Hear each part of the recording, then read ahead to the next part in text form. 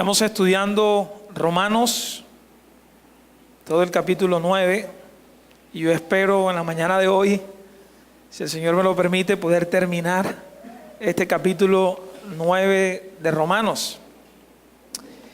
Yo quisiera iniciar, hermanos, con la siguiente declaración. Si usted cree, si su conclusión es que la salvación de los hombres no se encuentra en Dios y no se encuentra bajo su control, como lo enseña toda la carta de Romanos, porque no es un versículo, y hoy yo quiero una vez más que podamos ahondar en cuanto a este punto. Y si usted no está de acuerdo, hermanos, en cuanto a ese punto, entonces usted tendría que concluir diciendo que la salvación pertenece a los hombres, o que la salvación es un asunto de la suerte o del azar. Y quiero que lo piense de esta manera. Esa es la conclusión errada de todas las religiones contrarias a la religión cristiana ortodoxa a través de todo el hilo histórico, hermanos.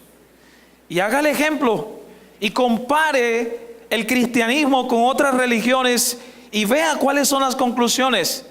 El cristianismo siempre ha profesado y ha declarado que la salvación pertenece a nuestro Dios y que nosotros no tenemos la habilidad por nuestras propias fuerzas de salvarnos a nosotros mismos, pues la Escritura dice que todos estamos bajo pecado y que estamos destituidos de la gloria de Dios.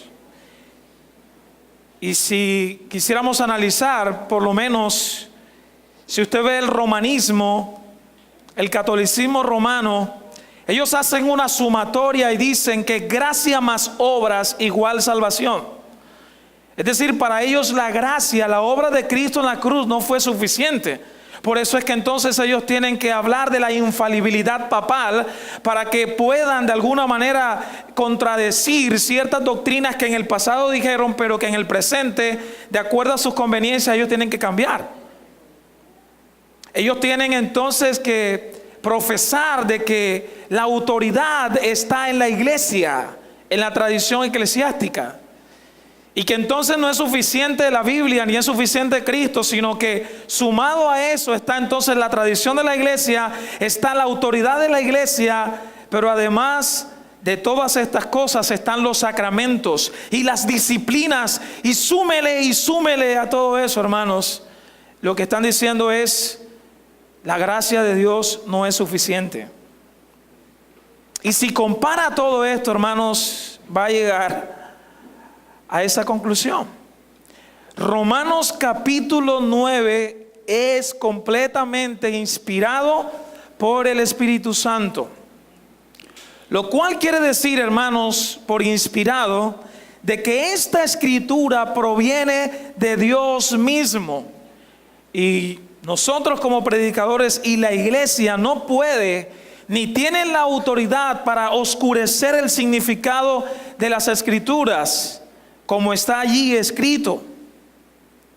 No podemos tomar un versículo de la Biblia o incluso ciertos versículos de la Biblia que cuando los leemos nos dan la impresión de que es el significado que nosotros traemos o los prejuicios que nosotros traemos. Y como dijo alguien, nosotros debemos de hablar donde la Biblia habla y debemos de callar donde la Biblia calla, hermanos. En la exposición entonces de Romanos capítulo 9, hermanos, hemos visto el gran énfasis del apóstol Pablo siendo inspirado, siendo guiado por el Espíritu Santo, confirmando que la salvación pertenece a nuestro Dios y que el destino de los hombres está en manos de Dios y no en manos de los hombres, o que es producto del azar, hermanos. Pablo confirma sus argumentos bíblicos y él hace algo que usted lo va a ver en todas las escrituras, hermanos, y es que Pablo comprueba y confirma su argumento con otra escritura. Y eso es lo que algunos estudiosos a través de la historia han llamado la analogía de la fe. Escritura versus escritura. Escritura comparada con escritura. Y piénselo por un momento, no es que dice la escritura versus mi opinión. Es escritura versus la escritura. Yo quiero que ustedes vean rápidamente, y ojalá si los que están tomando nota pueden anotar todo esto y luego confirmarlo. Quiero que vean las referencias que Pablo usa solamente en Romanos capítulo 9 para confirmar su argumento. Romanos capítulo 9, en el versículo 9, Pablo ha dicho: digo la verdad en Cristo, no miento, mi conciencia me lo confirma en el Espíritu, me invade una gran tristeza y me embarga un continuo dolor, dice el apóstol Pablo. Romanos capítulo 9, versículo 9, cuando el apóstol está diciendo que no todos los que descienden de Israel son israelitas, sino solamente aquellos que son hijos según la promesa. Él está citando Génesis capítulo 18, versículo 10. En el versículo 10, Romanos 9, versículo 10 hasta el versículo 12, cuando el apóstol Pablo dice que no solo esto, sino que sucedió que los hijos de Rebeca tuvieron un mismo padre, y habla acerca de los mellizos. Pablo está usando una referencia de Génesis capítulo 25, del versículo 21 hasta el versículo 24. Cuando Pablo llega a Romanos capítulo 9, versículo 13, y dice que a Jacob amé y a Esaú aborrecí, él está confirmando lo que está diciendo con Malaquías capítulo 1, versículo 1 y versículo 2. Cuando Pablo dice entonces que la salvación depende de Dios y depende de su gracia y de su misericordia, en Romanos capítulo 9, versículo 15, donde dice: yo tendré misericordia del que yo quiera tener misericordia, él está citando Éxodo capítulo 33, versículo 19. Cuando llega al versículo 17, hablando de la dureza y la obstinación de Faraón, Romanos 9, 17, porque la escritura dice a Faraón: te he levantado precisamente para mostrar en ti mi poder y para que mi nombre sea proclamado por toda la tierra. Pablo está referenciando ese texto con Éxodo capítulo 9, versículo 16. Y si seguimos, hermanos, Romanos capítulo 9, versículo 20, él está citando Isaías capítulo 45, versículo 9. Cuando Pablo cita Romanos capítulo 9, versículo 25 y 26, él está citando Oseas capítulo 2, versículo 23. Cuando cita Romanos 9, 29, está referenciando Isaías capítulo 1, versículo 9. Y cuando termina Romanos 9, 33, Pablo está citando Isaías capítulo 8, versículo 14, y está tomando la referencia de Primera de Pedro capítulo 2, versículo 16. Yo no sé si lo anotó. Si no, puede ver el video. Ahí la cuña. Hermanos, está claro por medio de toda una carta, la carta del apóstol Pablo a la iglesia en Roma, no por un versículo nuevamente, no por dos versículos, porque a través de la carta de Romanos el gran énfasis es mostrar la salvación de los pecadores exclusivamente por medio de Cristo. El hombre no puede salvarse. Y escuchen esto: su condición natural es estar bajo la ira de Dios. Todos los seres humanos nacen bajo la ira de Dios. ¿Qué quiere decir eso? Nacen bajo la condenación.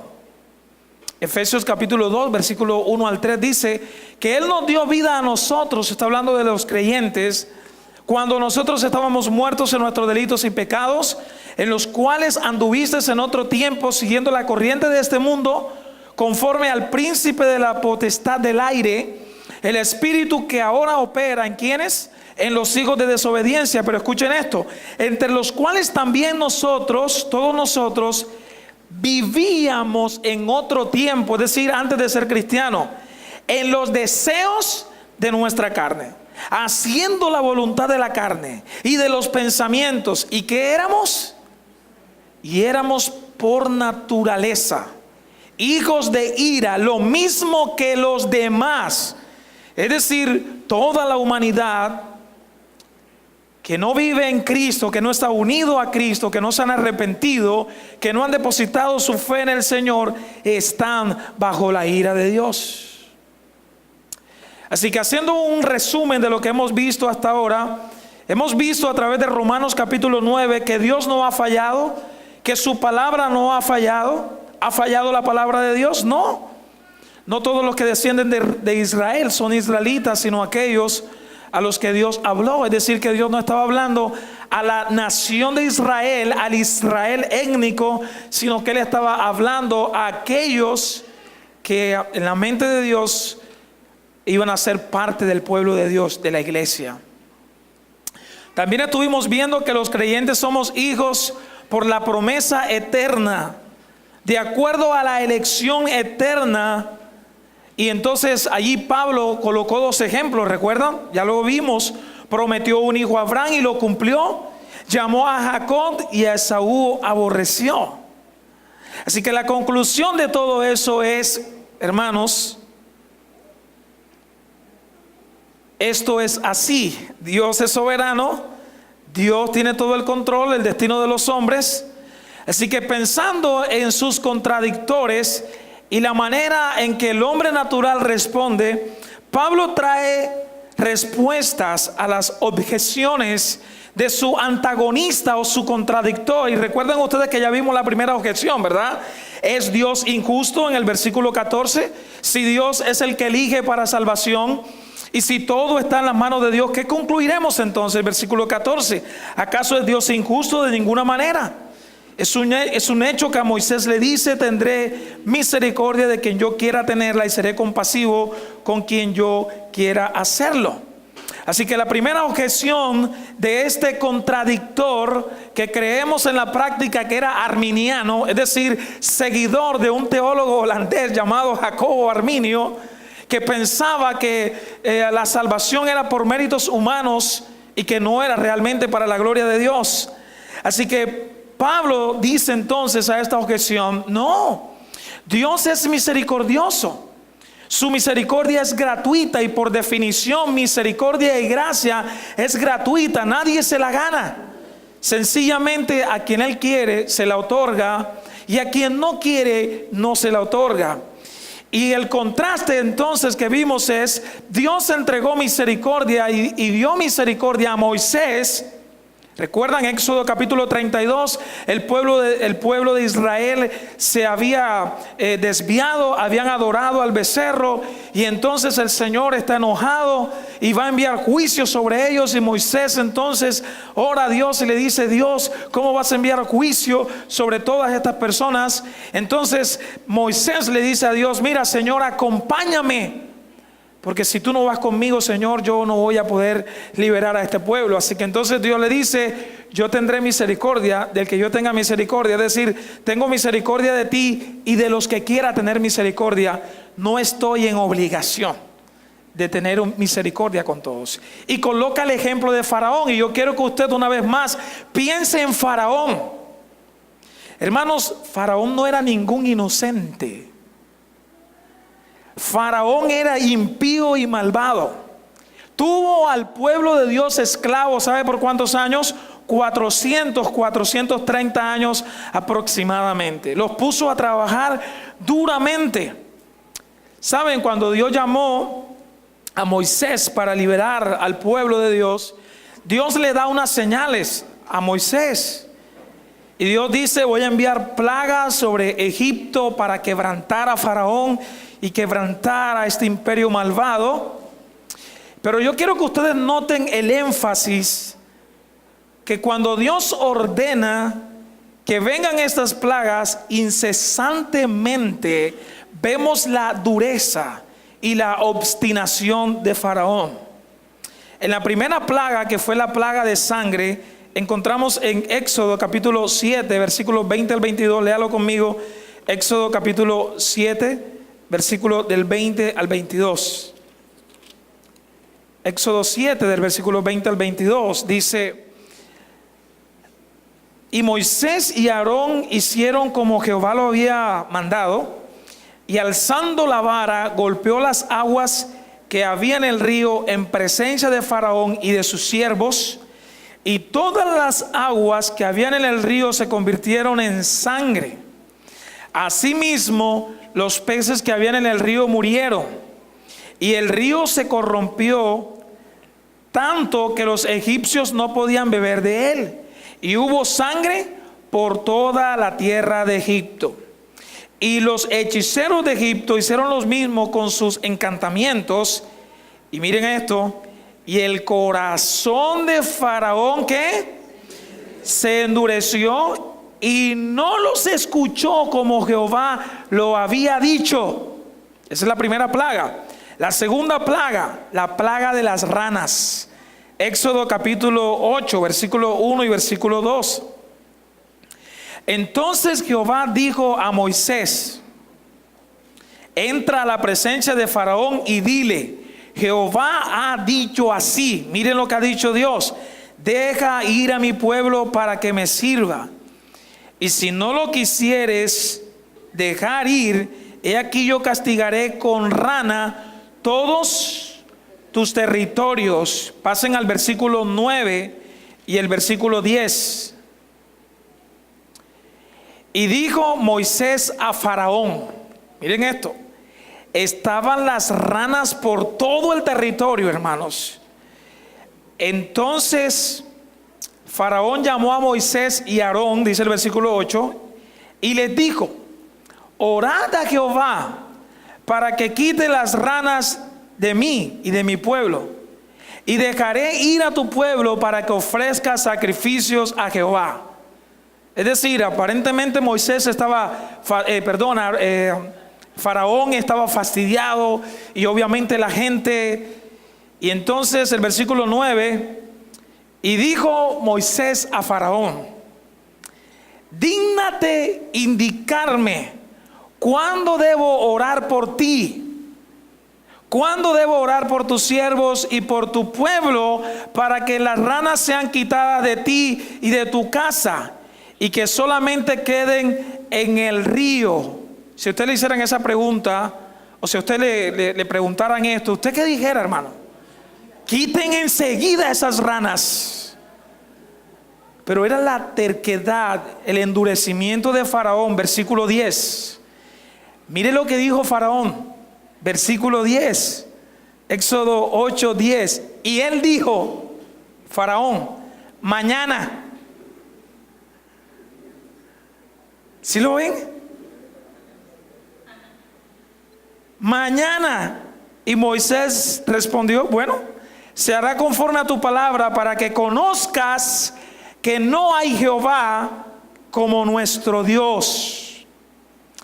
Y miren el versículo 15 del mismo capítulo 8. Pero viendo Faraón que le había dado reposo, ¿qué hizo? Endureció su corazón y no los escuchó como Jehová lo había dicho. Hermanos, si yo le llamo a usted a que usted examine todas las plagas de Egipto y vea el endurecimiento del corazón de Faraón.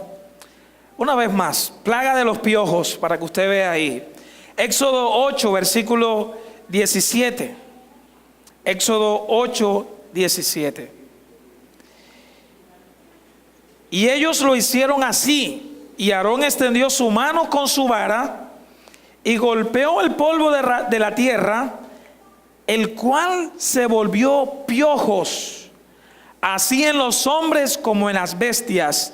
Todo el polvo de la tierra se volvió piojos en todo el país de Egipto. Miren el versículo 19. Entonces los hechiceros dijeron a Faraón: dedo de Dios es este, es decir, el juicio de Dios. Nuevamente versículo 19. Mas el corazón de Faraón, ¿qué? Y no los escuchó como Jehová lo había dicho. Hermanos, ¿cuál es el punto? Faraón tenía un corazón obstinado y duro. ¿Qué hizo Dios? Mostró en él su poder, mostró en él su juicio y lo dejó en su dureza, hermanos. Eso es lo que Pablo está mostrando aquí, hermanos. En relación con Romanos capítulo 1, ¿recuerdan ustedes? En Romanos capítulo 1, el hombre amando el pecado, entregándose al pecado, y llega a un punto donde el juicio de Dios dice que los entrega a que sigan viviendo en su dureza y su corazón obstinado. Por eso, estimados hermanos, cuando la Biblia habla de la gracia de Dios, que salva a unos por gracia y misericordia y deja a otros en su pecado, Dios no está siendo injusto.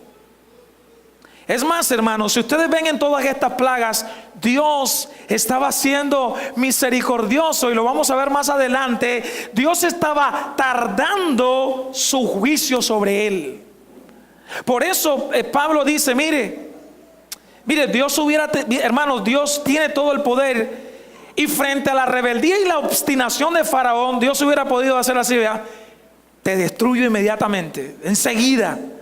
Pero su misericordia, como dice la Biblia, lento para la ira, esperó. Y eso es lo que Pablo dice, mire, Dios ha sido lento para enviar su juicio sobre los vasos de ira. O sea, estimados hermanos, Dios es misericordioso.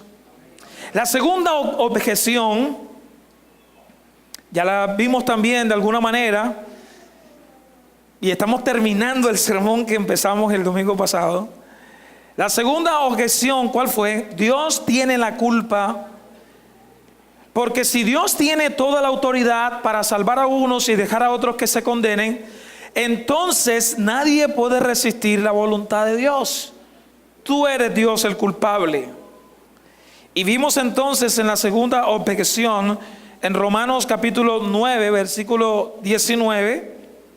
Pero tú me dirás entonces, ¿por qué todavía nos echas la culpa a Dios? ¿Quién puede oponerse a tu voluntad? Y Pablo responde entonces en los versículos 20 y versículo 21, que Dios es el creador y que el hombre es la criatura, que el hombre no tiene la autoridad de acusar y de cuestionar al sabio Dios.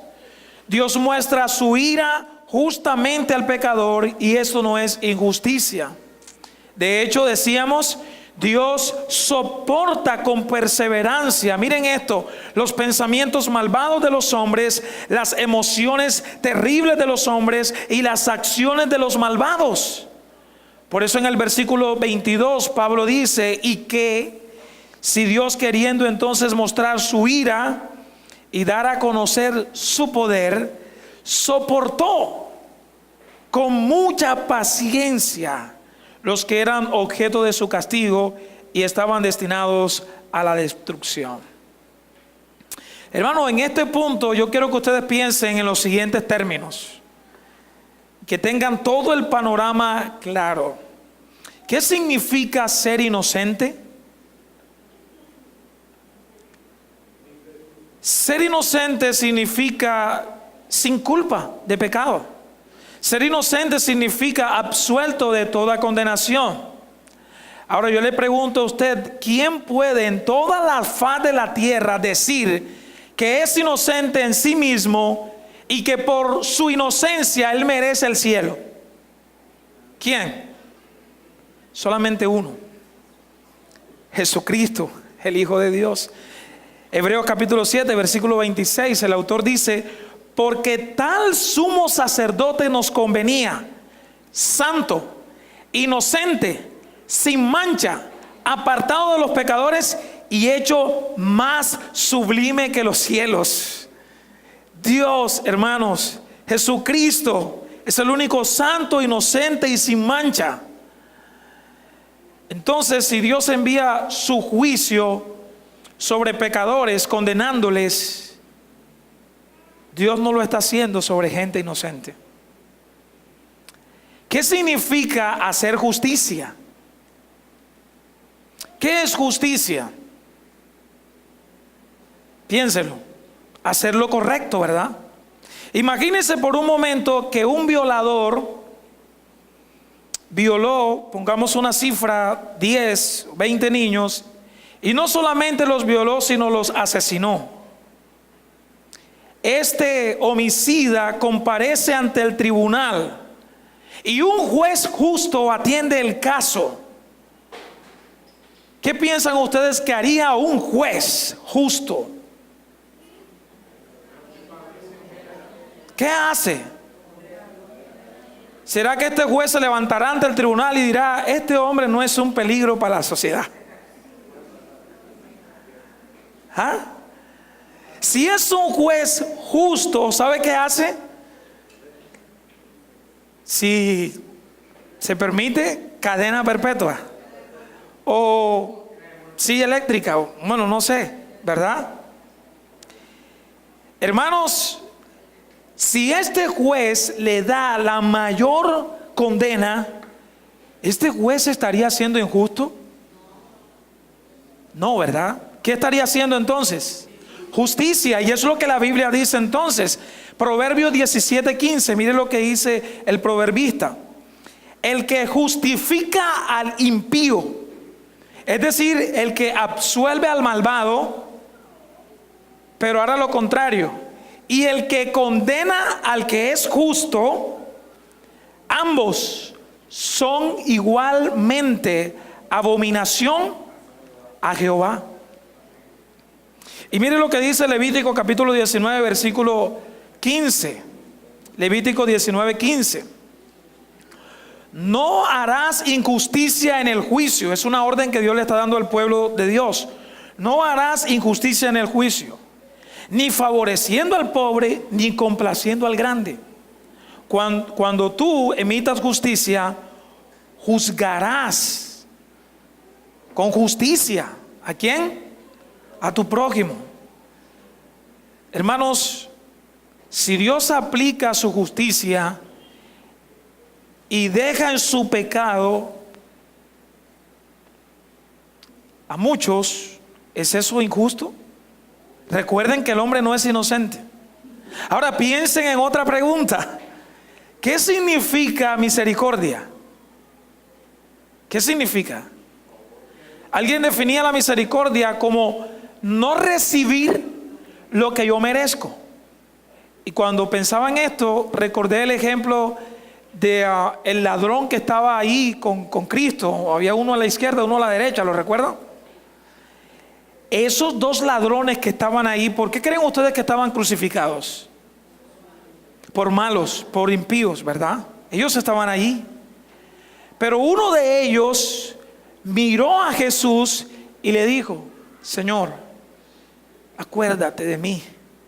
Acuérdate cuando tú entres al paraíso. ¿Y qué le dijo el Señor? Hoy mismo estarás conmigo en el paraíso. Mi pregunta es: ¿qué recibió este hombre? Él no merecía esa misericordia, hermanos, pero sencillamente Dios le entregó misericordia. Hermanos, es la misericordia de Dios la que hemos recibido nosotros. Amén. Es la misericordia de Dios la que nosotros hemos recibido. Y por eso entonces debemos de vivir y de responder en gratitud, en adoración y servicio al Señor, hermanos. El Evangelio de Dios salva a los gentiles que no lo merecen. Romanos 9, versículos 23 al versículo 26. Dice el apóstol que si lo hizo para dar a conocer, lo hizo para dar a conocer sus gloriosas riquezas a los que eran objeto de su misericordia y a quienes de antemano preparó para esa gloria. Versículo 24. Esos somos nosotros, dice Pablo, a quienes Dios llamó no solo de entre los judíos, sino también de entre los gentiles. Así lo dice Dios en el libro de Oseas: llamaré mi pueblo a los que no son mi pueblo, y llamaré mi amada a la que no es mi amada, Y sucederá que en el mismo lugar donde se les dijo, ustedes no son mi pueblo, serán llamados hijos del Dios viviente. Hermanos, aquí Pablo está incluyéndose él y está incluyendo a los creyentes en Roma. Y él se está considerando un vaso de misericordia que ha sido preparado por Dios desde la eternidad para su gloria. La pregunta es, ¿cómo Pablo y estos creyentes lo sabían? Pablo dice, porque fuimos llamados por Dios. Porque fuimos llamados por Dios en su tiempo por la predicación del evangelio. Y nosotros respondimos en arrepentimiento y fe para ser salvo y para vivir en santificación. Pablo está diciendo que él es un vaso de misericordia y otros son vasos de misericordia por el llamado que Dios hizo a través de la predicación del evangelio.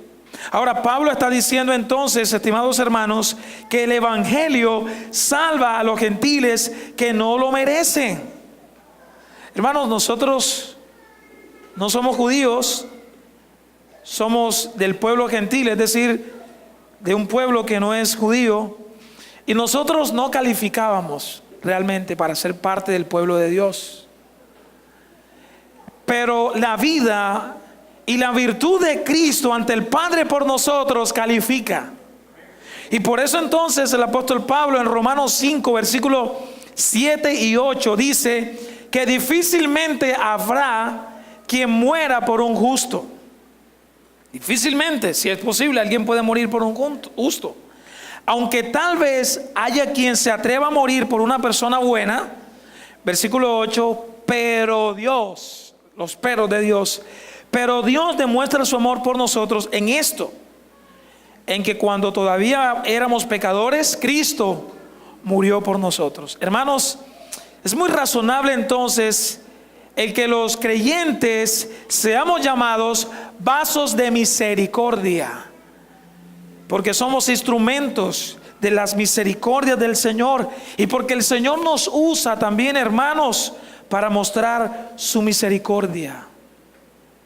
En los versículos 25 y 26, Pablo está citando al profeta Oseas, el capítulo 2, versículo 23, y Oseas, capítulo 1, versículo 10, para explicar, estimados hermanos, la sorprendente inclusión de los gentiles al pueblo de Dios. Y Pablo lo dice, así lo dice Dios en el libro de Oseas: llamaré mi pueblo al que no son mi pueblo, y llamaré mi amada a la que no es mi amada. ¿Qué es lo que Pablo está enfatizando allí, hermano? Él está enfatizando la gracia salvadora y compasiva de Dios mostrada a los gentiles, profetizando la salvación de los gentiles y confirmando la salvación de los gentiles. Llamaré mi pueblo y llamaré mi amada a la que no era.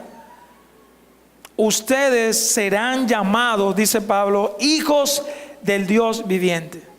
Así que entonces, amados hermanos, el apóstol Pablo muestra una vez más que la doctrina de la elección soberana de Dios para salvación estaba ya profetizada en el Antiguo Testamento con relación a la admisión, a la entrada de los gentiles, que de acuerdo a Oseas no eran mi pueblo, pero los llamé.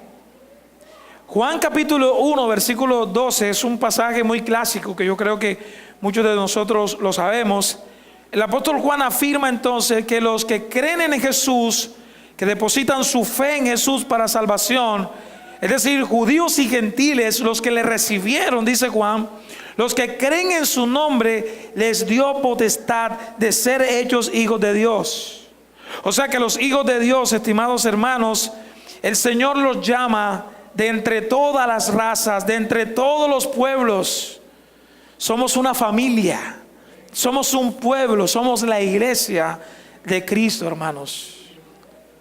El evangelio de Dios salva a los israelitas que no lo merecen. Y quiero puntualizar aquí al remanente, es decir, no a toda la nación, no a todo el Israel étnico. Recuerdan ustedes que cuando iniciamos Romanos capítulo 9, En el versículo 6, Pablo dice: ahora bien, no digamos que la palabra de Dios ha fracasado. Lo que sucede es que no todos los que descienden de Israel, ¿qué? Son israelitas. En Romanos capítulo 9, versículo del 27 al 29, el apóstol Pablo está citando Isaías capítulo 10, versículo 22, y está citando a Isaías capítulo 1, versículo 9. Así que en estos dos pasajes, estimados hermanos, indican que de entre la gran multitud de los israelitas, por ejemplo, Isaías capítulo 1, versículo 9 dice: si el Señor Todopoderoso no nos hubiera dejado algunos sobrevivientes o descendientes, seríamos ya como Sodoma y nos pareceríamos a Gomorra.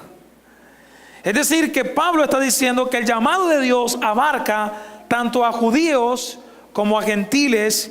Y el profeta Isaías está mostrando entonces a través de su mensaje el juicio de Dios sobre el pueblo de Israel, Dios juzgando la incredulidad del pueblo de Israel. Pero nuevamente Pablo y el profeta Isaías aquí está hablando de un remanente, de un pequeño grupo de los israelitas que no terminarían como Sodoma y como Gomorra. Recordemos entonces, estimados hermanos, que cuando el Señor habla de salvación, Él no está pensando en una etnia especial. Él no está pensando en los judíos especialmente. Él no está pensando en una raza en particular, hermanos.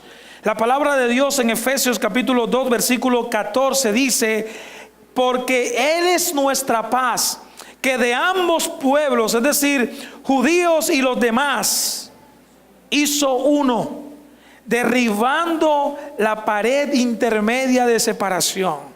Por eso, estimados hermanos, la Biblia en el Nuevo Testamento nos habla de la iglesia, nos habla de la familia de Dios, nos habla del pueblo de Dios. Pedro en el capítulo 5 habla de la grey de Dios que está entre nosotros. Apocalipsis capítulo 7, versículo 9, el apóstol Juan dice: después de esto miré y vi una gran multitud que nadie podía contar, de todas las naciones, tribus, pueblos, lenguas, de pie delante del trono y delante del Cordero, vestidos con vestiduras blancas y con palmas en las manos. Gente de toda raza, de toda lengua. Así que al final entonces de Romanos capítulo 9, versículos 30 al 33, leámoslo.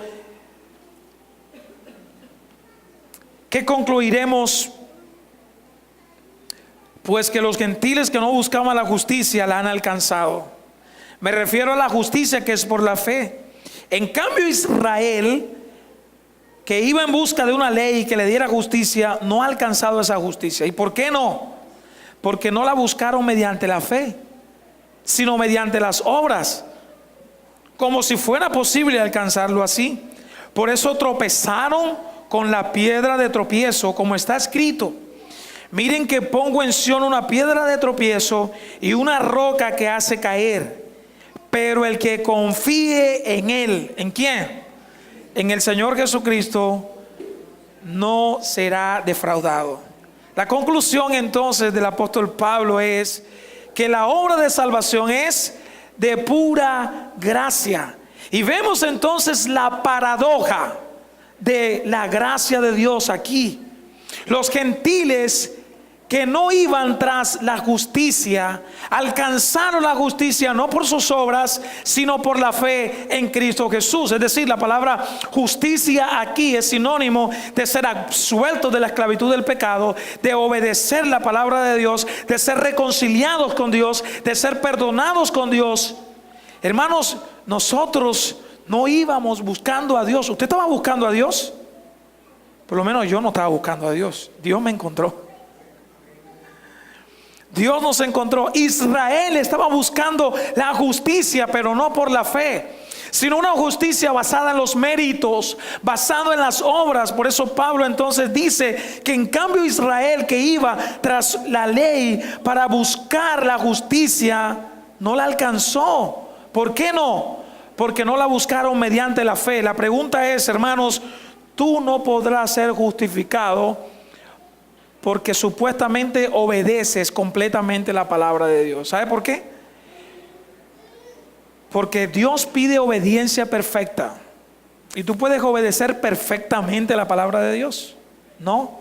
Por eso en Gálatas capítulo 2 versículo 16 Pablo dice: sabiendo que el hombre no es justificado por las obras de la ley, sino por la fe en Jesucristo, todos nosotros hemos creído en Jesucristo para ser justificados por la fe en Cristo y no por las obras de la ley. Y escuchen, por cuanto por las obras de la ley nadie será justificado. Hermanos, ¿cuál es la conclusión? La conclusión se resume así: los judíos y los gentiles que han creído en Cristo mediante la fe sola, a ellos se les ha declarado justos y perdonados, reconciliados con Dios. Amén. Esta es una justicia comprada exclusivamente por la obra redentora de Cristo en la cruz, hermanos. Hermanos, la conclusión es que tú no puedes ser lo suficientemente bueno para ser salvo. Nadie puede salvarse. Así que entonces no tropieces con la roca que es Cristo Jesús, como sucedió con los judíos. El Señor Jesús es Salvador, pero también es juez. Jesús se te ofrece a ti, amado hermano y amigo, a través del Evangelio. Así que Él es, estimados hermanos, el gran tesoro y la perla de gran precio. Si a través de todo lo que hemos estudiado reconocemos que el autor de nuestra salvación es Dios y que Él lo hace incondicionalmente, entonces toda la gloria y la alabanza será para Dios. 1 Corintios 15:10. Pero por la gracia de Dios yo soy lo que soy, y su gracia no ha sido en vano para conmigo.